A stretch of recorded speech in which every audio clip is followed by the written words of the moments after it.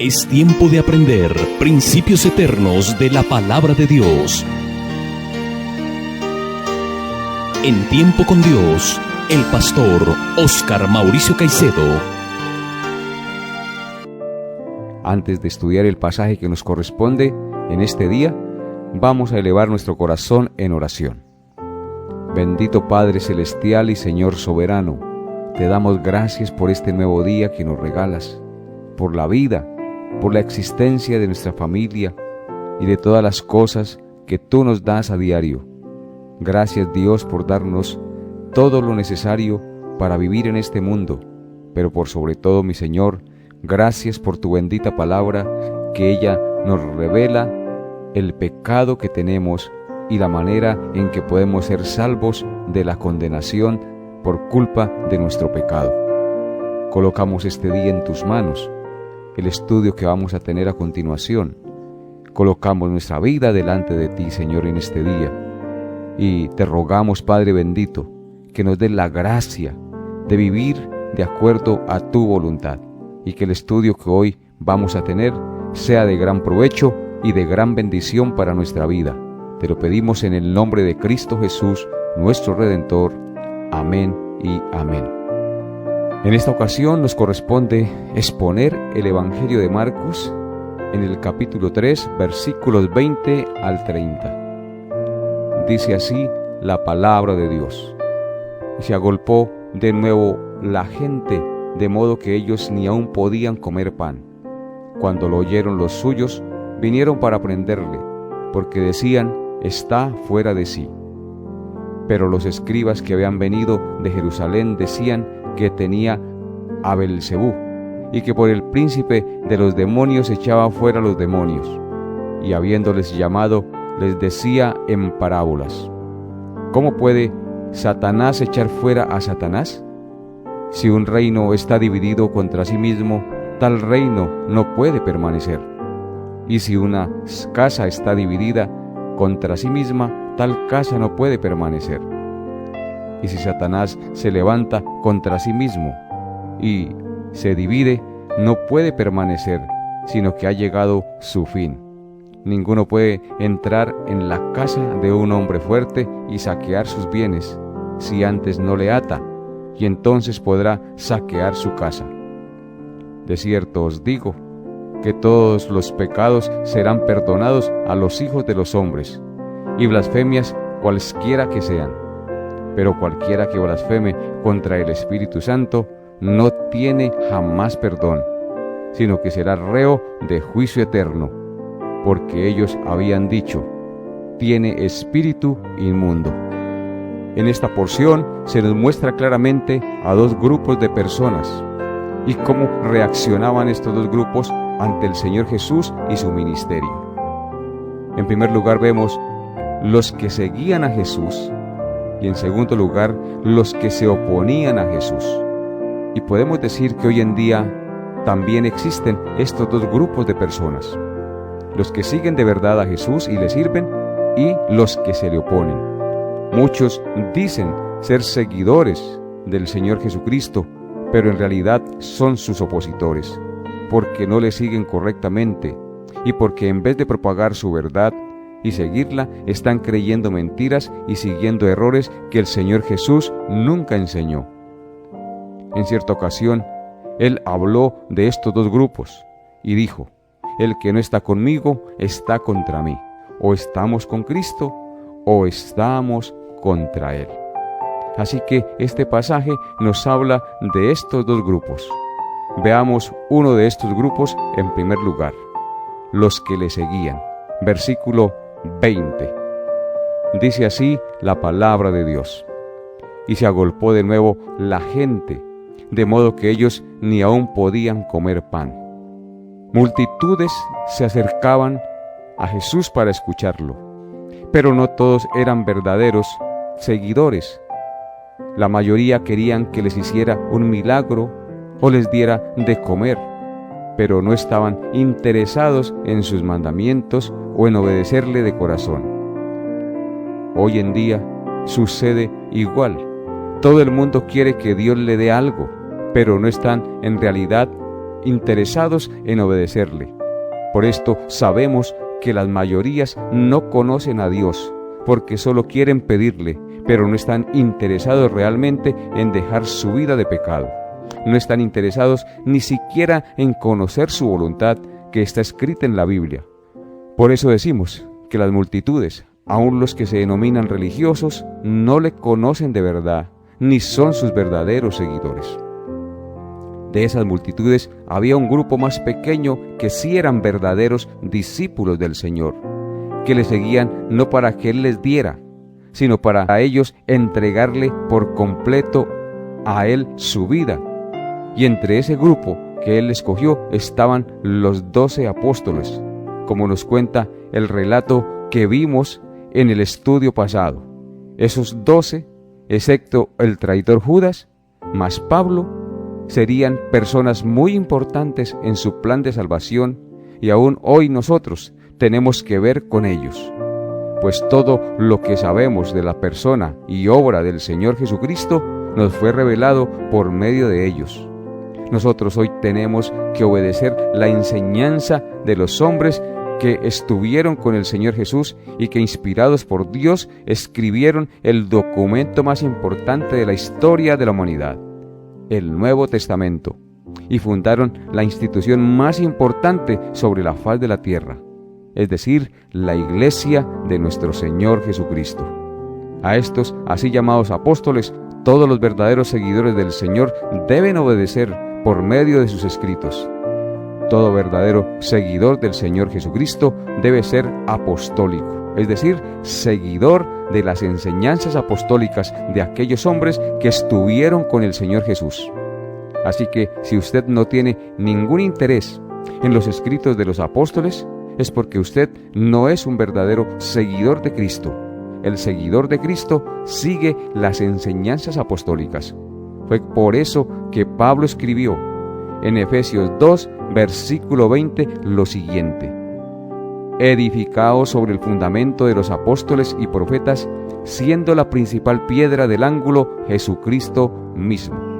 Claramente este pasaje nos dice que nosotros, la Iglesia, los creyentes, los seguidores de Cristo, debemos edificarnos sobre el fundamento de los apóstoles y profetas, siendo la principal piedra del ángulo Jesucristo mismo, porque ellos recibieron y aprendieron de Él.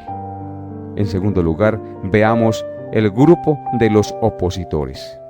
En este grupo vemos 3 tipos de personas diferentes que se oponían a la obra del Señor Jesucristo. En primer lugar, estaban las multitudes. Las multitudes ejercían cierta forma de oposición. Vemos en el texto, en el versículo 20, que eran tantas las personas, y todos traían enfermos para ser sanados, de tal manera que el Señor consumía sus fuerzas y su tiempo atendiendo esas necesidades a las cuales nunca decía no. Por eso, ese consumo de tiempo y energía le impedían predicar, que era a lo que él realmente había venido. Los milagros eran una mera señal que lo acreditaba como el Hijo de Dios, el Mesías, el Dios encarnado. Pero la gente debía escuchar su mensaje para que se pudiera salvar, pues Dios decidió que la salvación sería al escuchar la predicación de la palabra de Dios. Por eso es tan importante que todas las personas oigan el Evangelio, pues solo la predicación del Evangelio puede salvarlos. Por eso en Romanos 1, versículos 1 al 16 dice lo siguiente: porque no me avergüenzo del Evangelio, porque es poder de Dios para salvación a todo aquel que cree, al judío primeramente y también al griego. Pablo no se avergonzó nunca del Evangelio, porque él sabía que el Evangelio era poder de Dios para salvación a todo aquel que cree, tanto para el judío como para el gentil. Es decir, Pablo estaba convencido que era por la proclamación de la obra redentora de Cristo que las personas serían salvas. Era a través de la predicación del Evangelio que el poder de Dios para salvación se manifestaba, se manifiesta y se manifestará al hombre pecador. En muchas ocasiones, el Señor debió alejarse de la multitud para poder cumplir adecuadamente su misión. Hoy en día hay multitudes que dicen seguir al Señor, pero son falsos creyentes, porque su vida así lo testifica.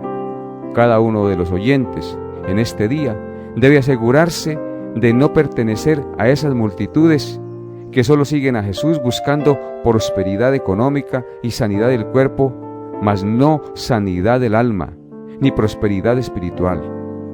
La segunda oposición o grupo que se oponía a la obra del Señor Jesucristo eran sus propios familiares, quienes pensaban que el Señor estaba loco por su entrega desinteresada y abierta y sin límites a la obra del Señor. Por eso en el versículo 21 de Marcos 3 dice: cuando lo oyeron los suyos, vinieron para prenderle, porque decían, está fuera de sí. Este pasaje nos revela que la familia del Señor Jesucristo creyó que Él estaba loco, que Él estaba fuera de sí. Sus familiares no creían realmente en el Señor Jesucristo. Durante su primera fase de su ministerio, ellos no creyeron. Solo después de la resurrección fue que vinieron a creer. Qué tremenda es la ceguera espiritual que causa el pecado, que ni aun sus familiares, viéndolo hacer tan grandes milagros, creyó en él.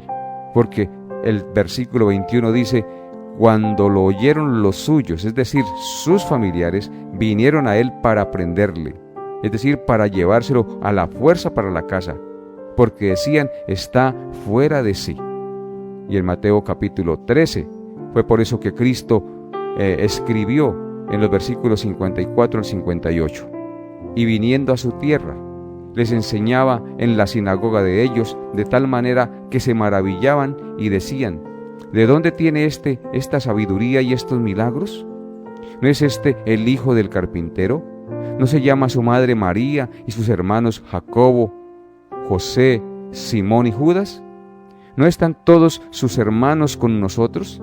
¿De dónde pues tiene todas estas cosas? Y se escandalizaban de él. Pero Jesús les dijo: no hay profeta sin honra, sino en su propia tierra y en su casa.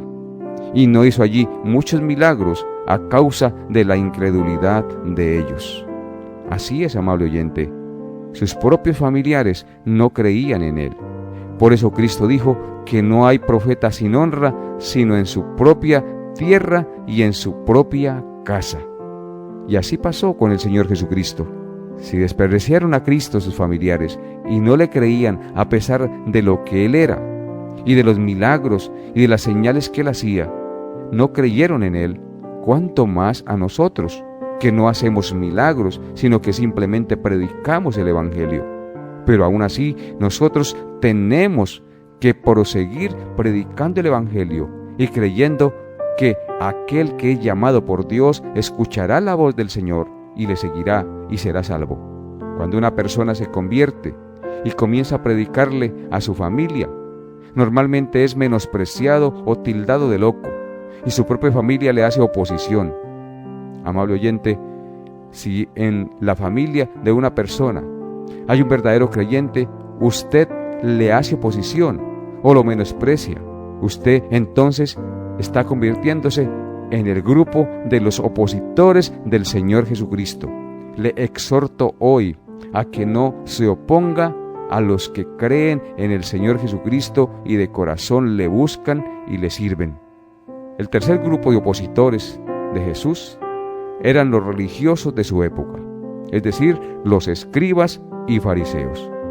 El versículo 22 dice: pero los escribas que habían venido de Jerusalén decían que tenía a Belzebú y que por el príncipe de los demonios echaba fuera los demonios. Estos personajes, ellos en realidad eran archienemigos del Señor Jesucristo, porque Él denunciaba su hipocresía, porque Él denunciaba sus falsas enseñanzas y sus abusos para con el pueblo. En consecuencia, ellos se mostraban en extrema hostilidad y eran muy obstinados con la persona y obra del Señor Jesucristo. Buscaban desacreditarlo como fuera y esperaban la oportunidad solo para acusarlo, prenderlo y matarlo. En esta ocasión buscaron desacreditar el poder que el Señor mostraba para echar fuera demonios. Y dijeron que el Señor Jesús no era el Mesías, sino un aliado de Satanás, que echaba fuera los demonios por el poder del mismo Satanás. Pero el Señor les habló con sabiduría para hacerles ver lo ridículo que era su argumento. Por eso dice el texto: pero los escribas que habían venido de Jerusalén decían que tenía a Beelzebú, y que por el príncipe de los demonios echaba fuera los demonios. Y habiéndolos llamado, les decía en parábolas: ¿cómo puede Satanás echar fuera a Satanás? Si un reino está dividido contra sí mismo, tal reino no puede permanecer. Y si una casa está dividida contra sí misma, tal casa no puede permanecer. El Señor Jesucristo, en su sabiduría, los confrontó duramente. Si Satanás buscaba dominar las vidas de los hombres, ¿cómo es posible que haya enviado a uno a hacer totalmente lo contrario de lo que era su propio y verdadero propósito? Eso significaría que envió a un aliado suyo a destruir su propio reino. Eso sería como una casa dividida en la que no hay un mismo propósito.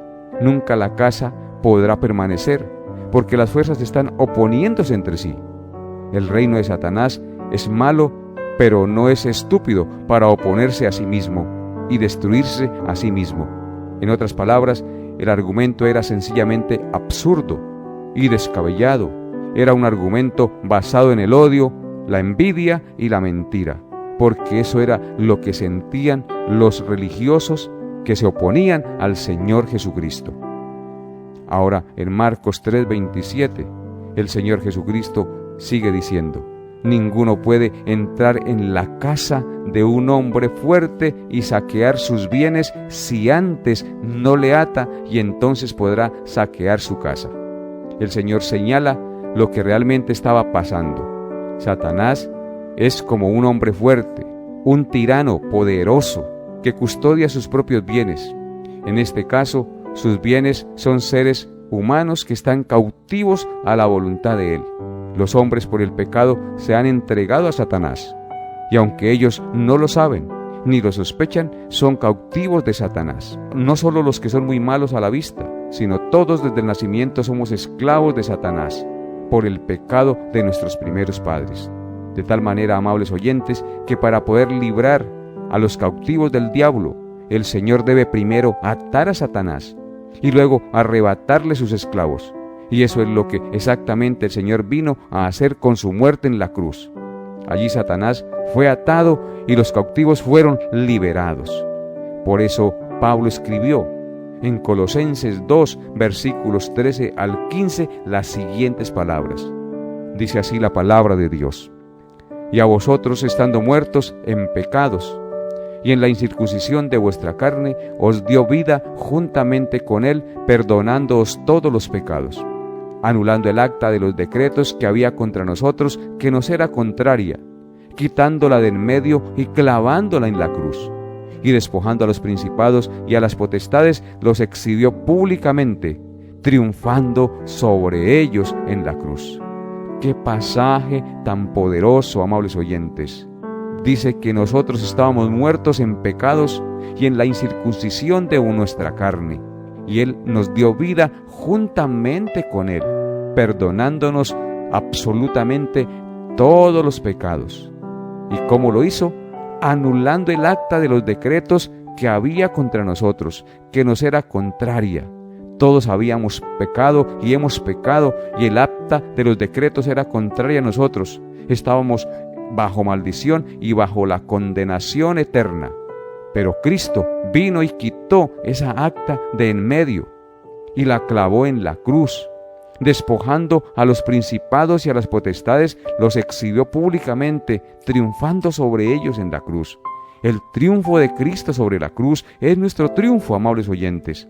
Por eso usted y yo debemos creer plenamente en la obra redentora de Cristo, aceptarle como el único medio de salvación que nos ha sido dado.